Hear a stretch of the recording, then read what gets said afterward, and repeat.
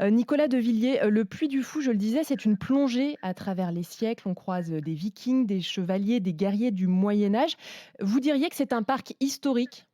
C'est un parc qui, est plutôt celui du légendaire que de l'histoire. Vous savez? C'est-à-dire qu'en fait, on emprunte davantage à l'imaginaire collectif, finalement, que nous avons sur l'histoire qu'à la vraie histoire factuelle. C'est ça qui nous amuse. Chacun de nos spectacles sont, des fantaisies, des œuvres d'art, finalement.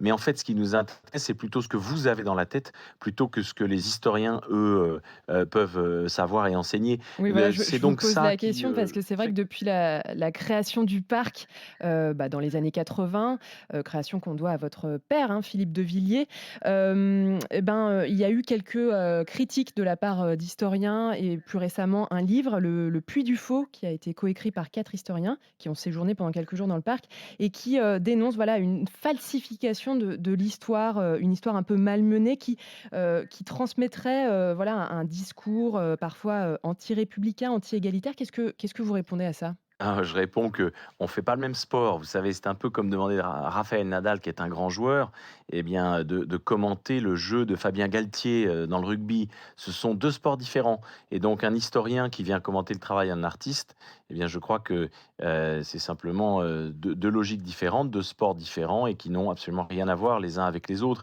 Donc voilà, moi je répondrai simplement que, les historiens sont certainement excellents là où ils sont. Nous sommes simplement des artistes et vous demandez à 1000 poètes d'écrire sur le même coucher de soleil, vous aurez 1000 poèmes différents.